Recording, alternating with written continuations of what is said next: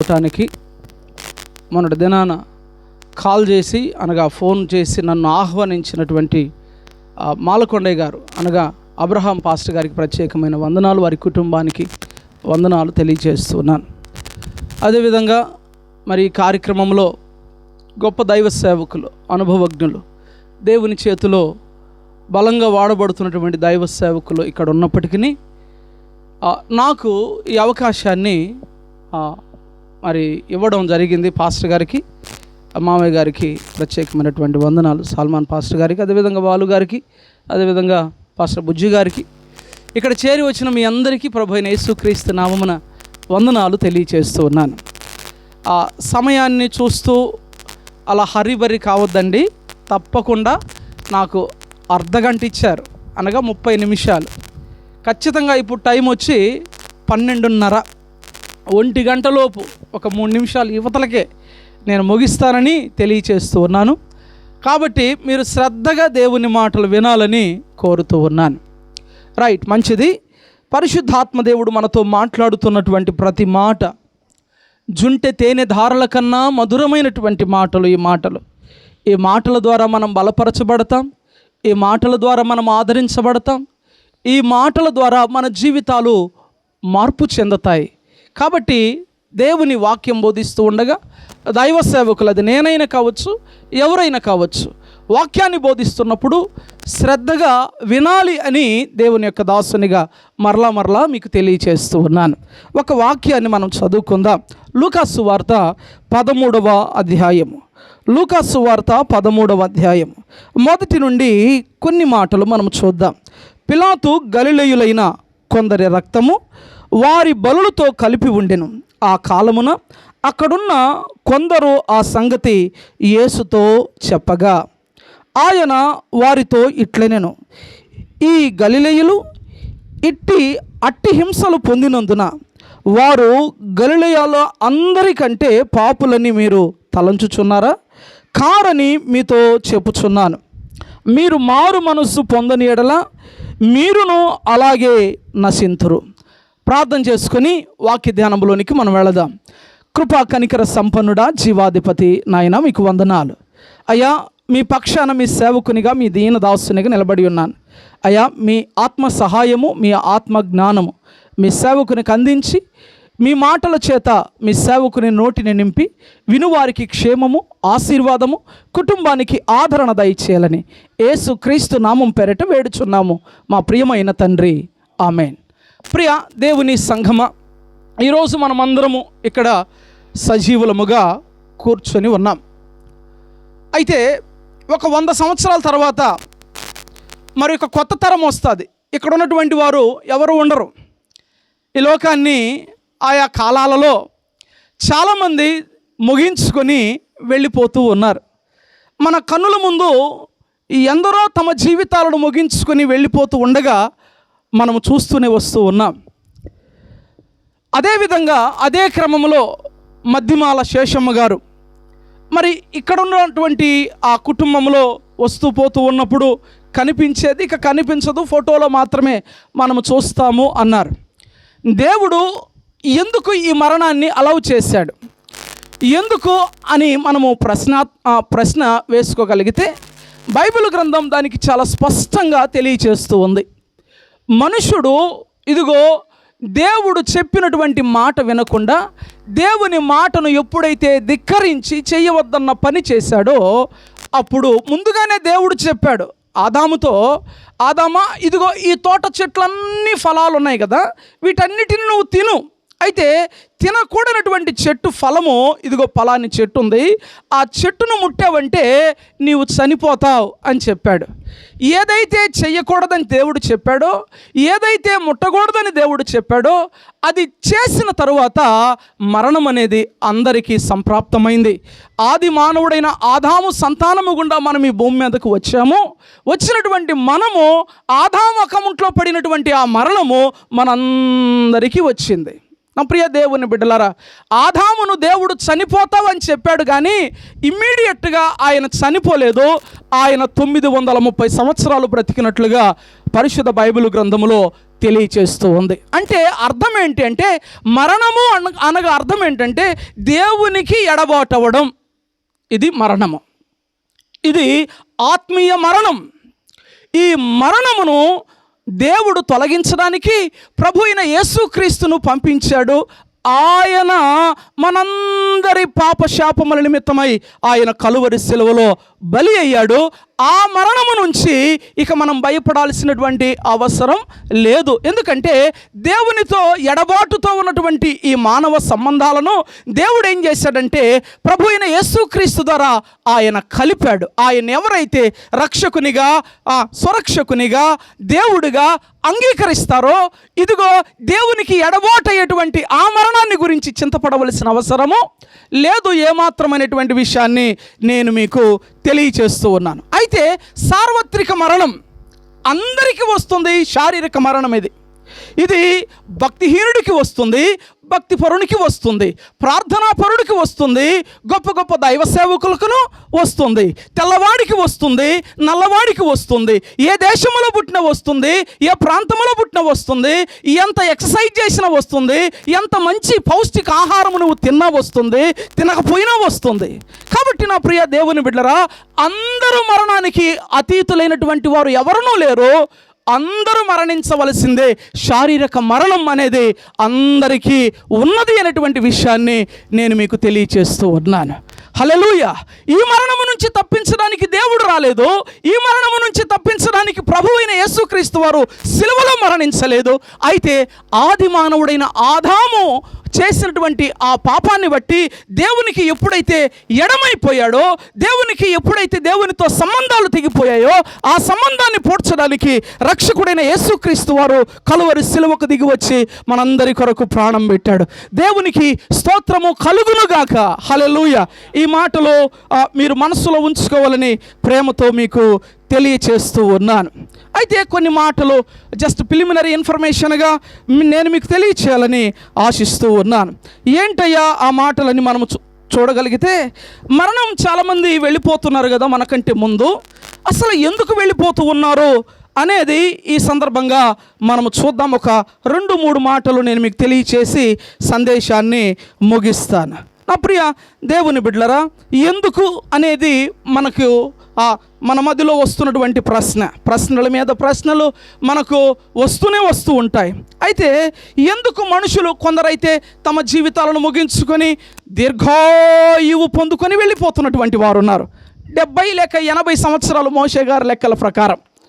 ఆ తర్వాత మనుషులు 70 లేక 80 సంవత్సరాలు బ్రతకకుండా తమ జీవితాలను ముందుగానే ముగించుకొని వెళ్ళిపోతూ ఉన్నారు. 30 సంవత్సరాలకు చనిపోయేటువంటి వాళ్ళు ఉన్నారు. ఇందాక అయ్యా మేము ఇంతమంది కుమారులం, మా తమ్ముడు 15 సంవత్సరాలకే తన జీవితాన్ని ముగించుకొని వెళ్ళిపోయాడని మాలకొండయ్య గారు చెప్పగా మనం విన్నాం. అవునా?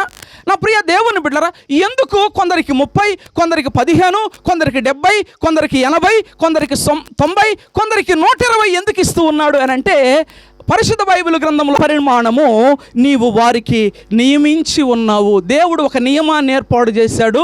ఎన్ని దినాలు బ్రతకాలో, ఎంతకాలం బ్రతకాలో అంతకాలమే బ్రతకాలి అనేటువంటిది ఒక నియమాన్ని ఏర్పాటు చేశాడు. మించజాలని అనగా, ఇదిగయ్యా పిల్లలు ఉన్నారు, పెళ్లి కొద్దిగా వచ్చున్నారు, వాళ్ళ పెళ్ళిళ్ళు చేసిన తర్వాత నన్ను తీసుకునడానికి వీలు లేదు.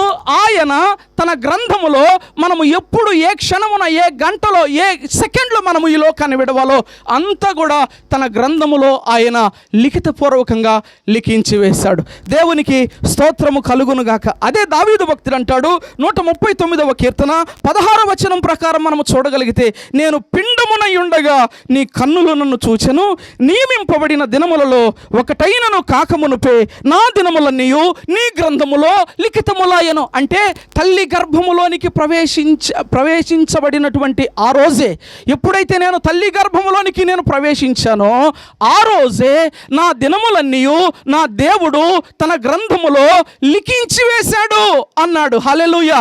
దేవునికి మహిమ కలుగునుగాక. 6 మాసముల లేక 6 నెలల పిండముగా ఉన్నప్పుడు దేవుడు అంటాడంట, గుండెను స్టార్ట్ అంటాడంట. ఒక దైవ సేవకుడు అన్నాడు, సర్టన్ టైం వస్తుంది, అప్పుడు దేవుడు అంటాడంట స్టాప్ అంటాడంట. మరణం అనే బ్రేకు జీవిత బండిని ఆపుతుంది. ఎందుకో తెలుసా? ఆయన ఇదిగో పలాని ఇన్ని సంవత్సరాలు నువ్వు బ్రతకాలి, పలాని నెలలో నువ్వు చనిపోవాలి, పలాని డేట్లో, పలాని గంటలో, పలాని సెకండ్లో నువ్వు ఈ లోకాన్ని విడవాలని ఆయన ముందుగానే తన గ్రంథములో వ్రాసుకున్నాడు అనేటువంటి విషయాన్ని నేను మీకు తెలియచేస్తూ ఉన్నాను. ఎస్పి బాలసుబ్రహ్మణ్యం మనందరికీ తెలుసు కదా. ఆయన బ్రతికించడానికి కరోనా టైంలో ఆయన చెన్నై హాస్పిటల్లో ఆయన ట్రీట్మెంట్ తీసుకుంటూ ఉన్నటువంటి ఆ సమయంలో ఆయన్ను బ్రతికించడానికి ఫారెన్ నుండి కొంతమంది డాక్టర్లు దిగారండి నా ప్రియ దేవుని బిడ్డలారా. కానీ దిగినటువంటి ఆ డాక్టర్లు ఏమైనా బ్రతికించారా? ఆయనకు అంతవరకే ఉంది. ఆయన తన జీవితాన్ని ముగించుకొని పోవలసినటువంటి సమయము ఆసన్నమైంది. ఆయన వెళ్ళిపోయాడు. నా ప్రియ దేవుని బిడ్డలారా, ఎందుకు మనుషులకు మరణం వస్తుందో మనము చూసాం. అసలు ఎందుకు కొందరు తొందరగా వెళ్ళిపోతారో, కొందరు లేటుగా వెళ్ళిపోతారో, కొందరు దీర్ఘాయుష్ను పొందుకొని వెళ్ళిపోతారో అనేది కూడా ఇంతవరకు మనము చూసాం. అయితే మరణానికి ముందు ఏం చేయాలి? మరణానికి ముందు ఒక మనిషి చేయవలసిన కార్యం ఏంటి అది చెప్పి వాక్యాన్ని ముగించుకుందాం. ఇంతవరకు జాగ్రత్తగా వినకపోయినా పర్వాలేదు, కానీ ఇక నుంచి జాగ్రత్తగా మీరు వినాలని. 15 నిమిషాలు ఉంది నాకు టైము. ఈ 15 నిమిషాల్లో నేను ముగిస్తాను. మరణానికి మనిషి చేయవలసినటువంటి పని ఏంటి, ఏం చేయాలి అనేది ఈ సందర్భంగా మనము చూద్దాం. ఇప్పుడు మనం చదువుకున్నటువంటి సందర్భము లూకాసు వార్త 13వ అధ్యాయము 1 భాగము నుండి ఆ కింద వరకు మనం చదువుతూ రాగలిగితే అక్కడ ప్రభువైన యేసుక్రీస్తు దగ్గరకు కొంతమంది వచ్చారండి. ఇక స్పీడ్గా బాను, చాలా నిదానంగా వెళ్తాను, జాగ్రత్తగా మీరు వినాలి. యేసు ప్రభు ఉన్నాడు ఈ భూమి మీద. ఆయన శరీరధారిగా భౌతికంగా జీవిస్తూ ఉన్నటువంటి దినాలవి. ఆయన ఆ ప్రాంతానికి వచ్చినప్పుడు ఆ గలిలయ ప్రాంతంలో ఉన్నటువంటి కొందరు యేసు ప్రభు దగ్గరకు వచ్చి వాళ్ళు ప్రభువుతో ఈ విధంగా చెప్తూ ఉన్నారు.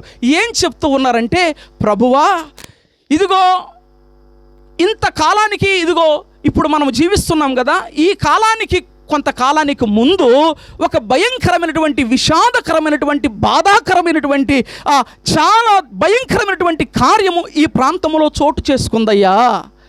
ఈ ప్రాంతంలో చోటు చేసుకుంది. ఆ విషయాన్ని నేను మీకు తెలియచేయాలని ఆశిస్తూ ఉన్నాం అన్నారు. ప్రభు చెప్పమంటే వాళ్ళు చెప్పడం ప్రారంభించారు. ఏంటి చెప్తూ ఉన్నారంటే, వాళ్ళు ఈ విధంగా చెప్తూ ఉన్నారు, అయ్యా, ఇదిగో కొంతకాలం క్రితము, ఇదిగో ఇదే గలిలయ ప్రాంతములో కొందరు దేవునికి బలులు అర్పిస్తూ ఉన్నటువంటి సమయం అది. కొందరు దేవునికి బలులు అర్పిస్తూ ఉన్నారు. ఆ బలులు అర్పిస్తూ ఉన్నటువంటి ఆ సమయంలో పిలాతు అనేటువంటి రోమన్ గవర్నర్ ఉన్నాడు కదా, అతడు తన సైన్యముతో వచ్చి వీరు బలులు అర్పిస్తున్నటువంటి సమయంలో ఆ బలులు అర్పించేటువంటి వారిని తెగ నరికాడయ్యా. వాళ్ళ తలలు తుంచి వేశాడయ్యా. వాళ్ళను పొడిచి నరికి చంపివేశాడయ్యా. చంపినప్పుడు వాళ్ళు అర్పిస్తూ ఉన్నటువంటి బలి రక్తముతో కూడా వాళ్ళ రక్తము కూడా పడిపోయి అందులో కలిసిపోయిందయ్యా అని చెప్పారు. యేసు ప్రభు ఆయన ఏం చెప్పాడంటే, వాళ్ళతో పాటు వాళ్ళు చెప్పిన తరువాత ఆయన ఈ విధంగా మాట్లాడుతూ ఉన్నాడు. సరే, ఇదిగో ఇంత భయంకరమైనటువంటి హింస ఈ ప్రాంతంలో జరిగిందని మీరు అనుకుంటున్నారు. జరిగింది వాస్తవమే, కాదంటం లేదు. అయితే వాళ్ళు ఇలా చనిపోయారు, అర్ధాంతరంగా తమ జీవితాలను ముగించుకొని వెళ్ళిపోయారని మీరు అంటున్నారు కదా. వాళ్ళు పాపులని మీరు అనుకుంటున్నారు. అదే కదా మీలో హృదయంలో ఉంది. అంటే బ్రతికున్నటువంటి వాళ్ళు మేము నీతిమంతులము, చనిపోయినటువంటి వారు పాపులు అని వారి మనస్సులో ఉంది, వారి హృదయంలో ఉంది. అంటే చనిపోయినటువంటి వారు ఏదో తప్పు చేశారు, ఏదో పొరపాటు చేశారు కనుకనే పిలాతు వారిని చంపివేశాడని వారి యొక్క భావన. ఆ ప్రభువు హృదయ రహస్యములు ఎరిగినటువంటి వాడు. ఆయన నీ హృదయంలో ఏముందో, నా హృదయంలో ఏముందో, పుట్టబోయే 10 సంవత్సరాల తర్వాత పుట్టబోయే ఆ బిడ్డ, ఆ పసిగందు హృదయంలో ఏముందో చెప్పగలిగినటువంటి వాడు. చప్పలు కొట్టి దేవుని నామాన్ని గణపరుద్దాం. దేవునికి స్తోత్రము కలుగునుగాక. ఆ సమయంలో వారి మనసులో ఉన్నది గ్రహించాడంటే మేము బ్రతికున్నాం, సంతోషంగా ఉన్నాం, సుఖంగా జీవిస్తూ ఉన్నాం, మాకు ఏ డోకా లేదు, మంచిగా తింటున్నాం, మేము బ్రతికున్నాం కాబట్టి మేము మంచి వాళ్ళము. చనిపోయినటువంటి వారు భయంకరమైనటువంటి పాపులని మీరు అనుకుంటున్నారు. కాదు, మీరు కూడా మారు మనస్సు పొందకపోతే ఆ చచ్చిపోయిన వారు ఎలా నశించిపోతారో అలానే మీరు కూడా నశించిపోతారు అన్నాడు. ఇక్కడ ప్రాముఖ్యమైనటువంటి విషయం ఏంటంటే మారు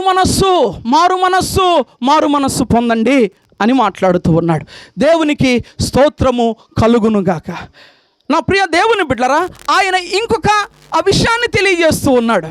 మీరు జరిగిపోయిన సంఘటన నాకు తెలియచేశారు, చాలా సంతోషం. అయితే మీరు కూడా మారు మనసు పొందితే మీరు బ్రతుకుతారు, లేకపోతే ఒకరోజు మీరు కూడా ఇలానే నశిస్తారు అన్నాడు. ప్రభువు ఇంకొక విషయాన్ని ఆయన తెలియచేస్తూ ఉన్నాడు. ఇదిగో షిలోయాము అనేటువంటి ఒక గోపురం ఉంది. ఆ గోపురము దగ్గరకు 14 మంది తలదాచుకోవడానికి వెళ్ళారు. 18 మంది తలదాచుకోవడానికి వెళ్ళారు. వెళితే అనుకోకుండా తుఫాను వచ్చిందో లేకపోతే వరదలు వచ్చాయో తెలియదు, కానీ ఆ గోపురము కిందకు 18 మంది తలదాచుకోవడానికి వెళితే ఆ గోపురము అలానే కుప్పకూలిపోయింది. కుప్పకూలిపోయినటువంటి ఆ గోపురము కింద 18 మంది సజీవ సమాధి అయిపోయారు. ఈ విషయం మీకు తెలుసా? నాకు తెలుసు ఈ విషయం. ఇది పరిశుద్ధ బైబిల్ గ్రంథంలో ఎక్కడ రాయకపోయినా నాకు తెలుసు, ఇలా జరిగింది గత కాలంలోని నాకు తెలుసు, అందుకని ఈ విషయాన్ని నేను మీకు తెలియచేస్తూ ఉన్నాను అని చెప్పాడు. అంటే ఇక్కడ ఉన్నటువంటి విషయం ఏంటి, అక్కడ నుంచి మనము నేర్చుకోవలసిన పాఠం ఏంటంటే 2 విషయాలు ప్రభువు బోధిస్తూ ఉన్నాడు. ఏంటయ్యా ఆ 2 విషయాలంటే, మనుషులు మరణించేటువంటి విధానము 2 విధాలుగా ఉంటుంది. ఒకరు ఉద్దేశపూర్వకంగా చనిపోవచ్చు. పిలాతు వచ్చాడు కదా, వాడు కర్కశంగా మరి భయంకరమైనటువంటి కరుడు గట్టిన హృదయముతో వారిని నరికి చంపించాడంటే ఉద్దేశపూర్వకంగా చంపబడ్డారు వాళ్ళు. ఇది మొదటిది. ఒక మనిషి ఉద్దేశపూర్వకంగా కావాలని చంపబడవచ్చు అనేటువంటి విషయం మొదటిది. రెండవ మాట ఏంటంటే, కొన్నిసార్లు మనము పోతూ ఉంటాం, యాక్సిడెంటల్గా అనుకోకుండా మరణము సంభవించవచ్చు. అదేనా? అక్కడికి వెళ్ళారు, తలదాచుకుందామని బ్రతకదామని వెళ్ళారు. వెళ్ళంగలోనే ఆ బిల్డింగ్ కుప్పకూలిపోయింది, అందులో ఉన్నటువంటి వారు చనిపోయారు. వాళ్ళు అనుకున్నారా చనిపోతామని అనుకున్నారా? వైఎస్ రాజశేఖర రెడ్డి గారు హెలికాప్టర్ ఎక్కాడు, ఆయన మీటింగ్కి వెళుతూ ఉన్నాడు, మరలా మీటింగ్కి వెళ్ళి మరలా వస్తాను అని చెప్పి కుటుంబీకులతో చెప్పాడు. ఆయన అనుకున్నాడా చనిపోతాడని? మరణము ఎప్పుడు వస్తుందో, ఏ క్షణంలో వస్తుందో ఎవరికీ తెలియదు. అనుకోని రీతిగా కూడా మరణము వస్తుంది అని చెప్పాడు. ప్రియ దేవుని బిడ్డలారా, 2 విషయాలు చెప్పాడు ప్రభు. ఉద్దేశపూర్వకంగా మరణం వస్తుంది అన్నాడు. రెండవ విషయం ఏంటంటే, మనము అనుకోని రీతిలో, మనము అనుకోని సమయంలో, మొన్నటి దినాన నా స్నేహితుడు పాస్టర్ శిఖామణి, అతడు నేను ఇద్దరం కలిసి చదువుకున్నాం, చాలా చక్కగా జీవించాం. అయితే నేను ప్రభువును తెలుసుకొని ప్రభు సేవ చేయడానికి నేను త్వరగా వెళ్ళాను. ఆ తర్వాత అతను కూడా మారు మనసు పొంది తాను కూడా సేవ ప్రారంభించాడు, చక్కగా చేస్తూ ఉన్నాడు. ఆ సమయంలో తన తండ్రి గారు, ముగిస్తూ ఉన్నాను జాగ్రత్తగా విందాం, తన తండ్రి గారు ఈ మధ్య కాలంలో ఒక 69-70 సంవత్సరాలు ఉంటాయి ఆయనకు. ఆమ్లెట్ అమ్మ తినాలి అన్నాడు తన భార్యతో పప్పుచారు వేసింది, ఆమ్లెట్ వేసింది, తిని అలా పడుకున్నాడు. మధ్యరాత్రుల్లో 1 గంట 2 గంటలు ఆ మధ్యకాలంలో గుండెలో నొప్పిగా ఉందమ్మా అన్నాడు. వల ఏడుస్తూ ఉన్నాడు. ఎమ్మటే కుమారుడికి ఆటో ఉంది కనుక ఆటోలో తీసుకొని కందుకూరుకు వెళ్ళారు. కందుకూరులో ఇది హార్ట్ అటాక్ అన్నారు, ఇంజక్షన్ వేయాలన్నారు. ఇంజక్షన్ వేశారు, 50,000 రూపాయలు ఇంజక్షన్ వేశారు. వేసిన వెమ్మటే రిమ్స్కు తీసుకొని వెళ్ళమన్నారు. రిమ్స్కు తీసుకొని వెళితే అలా ఆ మనిషిని పండేస్తూ ఉన్నారు. ఆ బెడ్ మీద ఊపిరిపోయింది. ఆయన అనుకున్నాడు చనిపోతాడని, అనుకున్నాడా? బాగా తిరుగుతున్నటువంటి అతను అంతకుముందు రాత్రే నేను మీటింగ్స్ అయిన నెల్లూరు ప్రాంతం నుండి అక్కడికి వచ్చాను. అయ్యా వందనాలయ్యా, బాగున్నారా, పిల్లలు బాగున్నారా అని చక్కగా పలకరించాడు. యాకోబు బాబు గారు లేరయ్యా, చనిపోయాడు అన్న వార్త చాలా దుఃఖాన్ని కలిగించింది. నా ప్రియ దేవుని బిడ్డలారా, ఒక మనిషి చనిపోవడానికి ఇది కారణమని మనం చెప్పడానికి వీలు లేదు. ఏదో ఒక దినాన దేవుడు తమకు నియమించినటువంటి దినాలు పూర్తయిన తర్వాత మనుషులు వెళ్ళిపోవాల్సినటువంటి వారే అనేటువంటి విషయాన్ని నేను మీకు తెలియచేస్తూ ఉన్నాను. అప్పుడు ఆయన వారందరికీ అర్థం అవడానికి మారు మనసు పొందాలి అన్నాడు కదా. అర్థం అవడానికి ఆయన ఒక ఉపమానాన్ని తెలియజేస్తూ ఉన్నాడు. ఈ ఉపమానం తెలియజేసి 5 నిమిషాల టైం ముందు ముగిచ్చేస్తాను. ప్రియ దేవుని బిడ్డలారా, ఒక యజమానుడికి ఒక ద్రాక్ష తోట ఉంది. ఏముందమ్మా చెప్పండి? ఒక ద్రాక్ష తోట ఉంది. ఆ ద్రాక్ష తోటలో ఎన్ని ద్రాక్ష చెట్లు ఉంటాయి చెప్పండి? చాలా ద్రాక్ష చెట్లు ఉంటాయి. ఎందుకంటే ఇది ద్రాక్ష తోట. ద్రాక్ష తోటది ద్రాక్ష చెట్లు మాత్రమే ఉంటాయి. అయితే అదే ద్రాక్ష తోటలో యజమానుడు ఒక్క అంజూరపు చెట్టు నాటించాడు. ఒక్కటే అంజూరపు చెట్టు. ద్రాక్ష చెట్లేమో అనేకములు ఉన్నాయి, ఎందుకంటే దాని పేరే ద్రాక్ష తోట కాబట్టి. అయితే అందులో ఒక అంజూరపు చెట్టు ఉంది. యజమానుడు ప్రతి ఏటా వస్తూ ఉన్నాడు, ద్రాక్ష చెట్లను చూసి చాలా సంతోషిస్తూ ఉన్నాడు, ఆనందిస్తూ ఉన్నాడు. ఆహా, ఓహో, నా ద్రాక్ష తోట ఎంత చక్కగా ఫలిస్తుందో అని చాలా సంతోషిస్తూ ఉన్నాడు యజమానుడు. అయితే అదే తోటలో నాటబడిన ఒక్క అంజూరపు చెట్టు దగ్గరకు వెళ్ళి యజమానుడు చాలా బాధపడుతూ ఉన్నాడు. ఆ తోటమాలిని పిలిపించాడు. అయ్యా ఇలా రా అన్నాడు. తోటమాలి వచ్చాడు. అయ్యా, 3 ఏండ్ల నుండి చూస్తూ ఉన్నాను ఈ అంజూరపు చెట్టు ఫలిస్తాదేమో అని. అయితే ఇది ఫలించలేదు, ఇక ఫలించదని నేను డిసైడ్ అవుతూ ఉన్నాను, దీన్ని నరికివేయి అన్నాడు. అంటే ఆ తోటమాలి ఏమంటున్నాడంటే, అయ్యా, ఈ సంవత్సరము కూడా ఉండనిద్దాం, దీనికి నేను ఎరువు వేస్తాను, చుట్టూ తవ్వుతాను, బాగా నీరు పోస్తాను, ఇది ఫలిస్తే ఫలించినట్లు, లేకపోతే నువ్వు చెప్పినట్టే తీసివేద్దామయ్యా అని యజమానుడు ఆ యొక్క తోటమాలి యజమానుని ప్రాధేయపడితే, సరే నువ్వు ఇంతగా ప్రాధేయపడుతున్నావు కాబట్టి సరే అలానే ఉండనిద్దాం అన్నాడు. ఏంటి ఈ ఉపమాన భావము అని మనము చూడగలిగితే, నా ప్రియ దేవుని బిడ్డలారా, సంఘము అనే ద్రాక్ష తోటలో ద్రాక్ష చెట్లు ఎవరిని పోలి ఉన్నాయంటే నీతిమంతులను పోలి ఉన్నాయి, బాప్తిస్మము తీసుకున్నటువంటి వారిని పోలి ఉన్నాయి. సంఘము అనే ద్రాక్ష తోట ఎవరిని సూచిస్తూ ఉందంటే ప్రార్థనా పరులను సూచిస్తూ ఉంది. సంఘము అనే ద్రాక్ష తోట దేవునికి ఇష్టమైనటువంటి వారిని సూచిస్తూ ఉంది. సంఘం అనే ద్రాక్ష తోట ఫలింపు కలిగినటువంటి జీవితాలను సూచిస్తూ ఉంది. చప్పలు కొట్టి దేవుని నామాన్ని గణపరుద్దాం. హల్లెలూయా. అయితే అదే సంఘం అనే తోటలో బాప్తిస్మము తీసుకొని ఫలాలు లేని భక్తిహీనులుగా, భయంకరమైనటువంటి తాగుబోతులుగా, తిరుగుబోతులుగా, భయంకరమైనటువంటి గుట్కాలు, పాన్పరాకులు వేస్తున్నటువంటి భక్తిహీనుడిని సూచిస్తున్న అంజూరపు చెట్టు లాంటి వాడు కూడా అదే సంఘములో ఉన్నాడు. అయినా వాడు బ్రతుకుతూ ఉన్నాడంటే he is not his ability, he is only by the grace of God he is living. ఆయన జీవించుతూ ఉన్నాడంటే ఆయన ప్రార్థన చేస్తూ ఉన్నాడన్నమాట. హల్లెలూయా. దేవునికి మహిమ కలుగును గాక. ఇదిగో అయ్యా, ఈ సంవత్సరం కూడా ఉండనిద్దామని ఆ తోటమాలి ఆయన్ను యజమానుని ప్రాధేయపడుతూ ఉన్నట్లుగా ఈరోజు కూడా ఈ సంఘము అనే ద్రాక్ష తోటలో ఉన్నటువంటి మనము మారు మనస్సు లేనటువంటి కొందరిని గూర్చి ఈ సంవత్సరం కూడా ఉండనిద్దామయ్యా, ఈ సంవత్సరం కూడా ఉండనిద్దాం. ఈ సంవత్సరం ఒకవేళ ఫలిస్తే ఫలించినట్లు, లేకపోతే దాన్ని తీసివేద్దాం అంటూ ఉన్నాడు యజమానుడు. నా ప్రియ దేవుని బిడ్డలారా, తోటమాలి అంటూ ఉన్నాడు. ఆ తోటమాలి ఎవరో తెలుసా? మనందరి కొరకు కలువరి శిలువలో ప్రాణం పెట్టిన యేసు ప్రభువారు. ఆయన మన కొరకు విజ్ఞాపన చేయుచు ఉన్నాడు. ఇంకా ఎవరైనా మారు మనసు పొందకుండా ఉంటే, ఇంకా ఎవరైనా ప్రభు అయిన యేసుక్రీస్తుని రక్షకునిగా అంగీకరించకుండా ఉంటే, ఇదిగో ఇదే రక్షణ దినం, ఇదే అనుకూలమైనటువంటి సమయం. ప్రభువును అంగీకరించు, ప్రభువును సురక్షకునిగా హృదయంలో చేర్చుకో. భయంకరమైనటువంటి తీర్పు ఉందని, మరణము తర్వాత ఆ తీర్పు నుండి తప్పించబడడానికి, ఆ యొక్క పాతాళ లోకానికి, అగ్నిగుండానికి నీ జీవితము వెళ్ళకముందు నువ్వు మారు మనసు పొందాలని, ప్రభు వైపునకు తిరగాలని, ప్రభువును నీ గుండెల్లో సొంత రక్షకునిగా అంగీకరించాలని ఆయన ఆశిస్తూ ఉన్నాడు. హల్లెలూయా. దేవునికి మహిమ కలుగునుగాక. కుటుంబానికి ఆదరణ కూటం గనక ఆదరణ కలుగునట్లుగా ఒక 2 మాటలు చెప్పి నేను ముగిస్తాను. అయిపోయింది నా యొక్క ప్రసంగం. ఇందాక బాలు పాస్టర్ గారు ఒక మాట అన్నాడు, ఒకని తల్లి వారిని ఆదరించినట్లు నేను మిమ్మును ఆదరించదను. యెషయా గ్రంథం 66వ అధ్యాయం 13వ వచనంలో ఉంటుందన్నమాట. ఎక్కడ ఆదరిస్తాడు అంటే యెరూషలేములోనే ఆదరిస్తాడు. ఎక్కడ ఆదరిస్తాడు? యెరూషలేము అనగా సంఘం పుట్టింది ఎక్కడ? మొదటిగా యెరూషలేములో పుట్టింది సంఘం. అక్కడి నుంచి సమరయ, అక్కడి నుంచి యూదయ, అక్కడి నుంచి బూదిగంతముల వరకు విస్తరించింది. సంఘం యొక్క అడ్రస్ ఎక్కడ? యెరూషలేము. యెరూషలేము అనగా సంఘమే. హల్లెలూయా.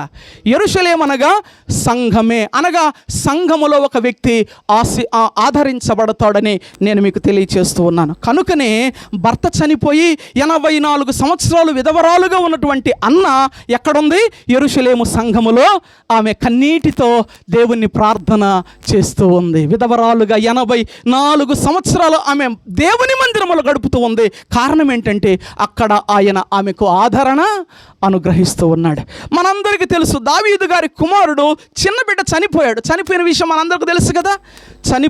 చనిపోయే ముందు అయ్యా బిడ్డను బ్రతికించు, బిడ్డను బ్రతికించు, బిడ్డను బ్రతికించని 7 దినాలు దావీదు గారు ఉపవాసం ఉన్నారు. ఈలో బిడ్డ చనిపోయాడు. బిడ్డ చనిపోయిన తర్వాత దావీదు గారికి ఈ విషయం తెలిసింది. అయ్యో, దావీదు గారు బిడ్డ చనిపోయాడని తెలిసి ఒకవేళ ఏమైనా చేసుకుంటాడేమోనని అక్కడ ఉన్నటువంటి సేవకులందరూ కూడా భయపడుతూ ఉన్నారు. భయపడుతున్నటువంటి ఆ సమయంలో ఈ లోపు దావీదు గారికి తెలియవలసింది తెలిసిపోయింది. ఈయన ఏం చేశారంటే చక్కగా లేచి స్నానం చేసి తైలం పూసుకొని సరాసరి దేవాలయంలోనికి వెళ్ళాడు. హల్లెలూయా. ఎందుకు తెలుసా? దేవాలయంలోనే ఆదరణ. దేవునికి మహిమ కలుగునుగాక. హల్లెలూయా. నా ప్రియ దేవుని బిడ్డలారా, ఒక ఆయన రాజు అయిన ఉజ్జియా చనిపోయినప్పుడు అయ్యో మాకు నాయకుడు లేడు, అయ్యో మమ్మల్ని నడిపించేటువంటి రాజు లేడు, అయ్యో మమ్మల్ని మాకు దిక్కు లేకుండా అయిపోయింది మా పరిస్థితి అని ఒక ఆయన దేవాలయములోనికి వెళ్ళాడు. యెషయా గ్రంథం 6వ అధ్యాయంలో ఉంటుంది. యెషయా గ్రంథము 6వ అధ్యాయంలో ఆయన ప్రార్థన చేస్తూ ఉండగా అత్యున్నత సింహాసనాసీనుడైనటువంటి అయ్యా ఈ రాజులు ఉండొచ్చు ఓడచ్చు, ఈ రాజులు ఉండొచ్చు ఓడచ్చు, వారి పదవి కాలం 5 సంవత్సరాలు లేకపోతే 40 సంవత్సరాలు, ఈ రాజులు ఉండొచ్చు ఓడచ్చు, అయితే అత్యున్నతమైన సింహాసన సీనుడైనటువంటి రాజు, ఆయన రాజులకు రాజు, ఆయన ప్రభువులకు ప్రభువు, ఆయన మాత్రమే నిన్ను ఓదార్చగలడు అని ఆయన తెలియజేస్తున్నాడు. ఎక్కడంటే దేవుని మందిరములో. హల్లెలూయా. కాబట్టి ఈ యొక్క కుటుంబం, ఈ మాలకొండయ్య గారి లేక అబ్రహాము గారి కుటుంబం దేవాలయము నీ ఆదరణకు అడ్రస్ అని తెలియచేస్తూ నేను ఈ మాటలను ముగిస్తూ ఉన్నాను. ఈ మాటలు మీరు విన్నందులకు మీకు చేతులు జోడించి నమస్కరిస్తూ, ఎవరైనా మారు మనసు పొందకపోతే రక్షకుని స్వరక్షకునిగా అంగీకరించి ఆయన మనందరి కొరకు కలువరి శిలువలో ప్రాణం పెట్టాడని గుర్తించి నీ పాపములను ఒప్పుకొని ప్రభు వైపునకు తిరిగితే ఆయన నీకు తప్పక రక్షణ అనుగ్రహిస్తాడు. ఈరోజు మారు మనసు పొందుదామా?